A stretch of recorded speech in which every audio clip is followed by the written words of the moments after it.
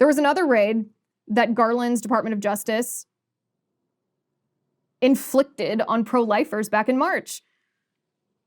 Doctors who advocate for medical freedom have been the target of Garland's FBI raid. This is his favorite tactic because it accomplishes multiple purposes.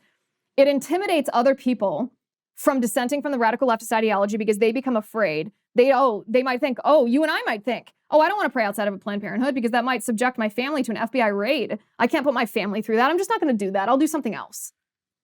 I'm not going to go to Washington, D.C. and protest because the FBI might entrap me. I might spend a year in solitary confinement for accidentally walking through a barrier.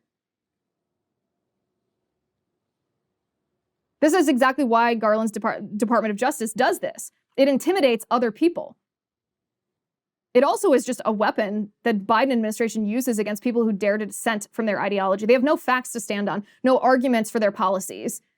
They cheat and rig elections. They target unborn children. They manipulate and abuse women. They have no way to defend this, and so they silence dissent so that maybe you won't be exposed to the truth. This is also why I ask, this is what I mean when I ask, where are all the good apples in the FBI? Because let me back up for a second. When the Biden administration used the agency OSHA, the administrative state agency in the federal government, OSHA, to issue that vax mandate that said that all private employers had to force their employees to be vaccinated, otherwise the employees, even the private companies, had to fire their employees. There were all these Republican elected officials who spoke out against this, but they didn't speak out against it entirely. They always had this caveat. They said, well, I believe in vaccination. I've been vaccinated. My spouse has been vaccinated. My parents, who are a vulnerable population, have been vaccinated. But I don't think the Biden administration should force people to be vaccinated. And they had this virtue signaling that they had to shove in everybody's face before they condemned what Biden did. And just by engaging in this virtue signaling, they somewhat legitimized what Biden was doing. Because by saying like, this is a good vax, this is a vax that I took, it makes it less horrendous to use the power of the government to infringe on people's medical freedom and inflict this on them without their consent, or else risk being fired from their job.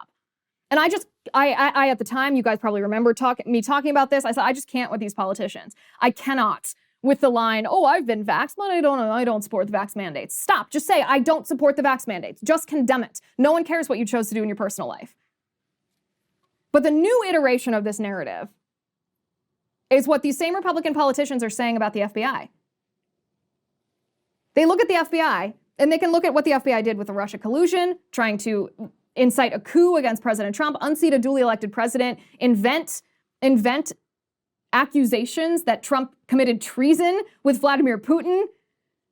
They can look at what the FBI did to Michael Flynn. They can look at what the FBI did on January 6th. They can look at what the FBI did to around the Gretchen Whitmer Fednapping plot. They can look at what the FBI did at Mar-a-Lago to President Trump. The FBI, they can look at what the FBI, how they label parents as domestic terrorists. They can look at how the FBI internally identifies militia violent extremists, those of us with a "don't tread on me" flag flying outside of their homes, people that like American history or the founding fathers. The FBI is a corrupt, despicable institution.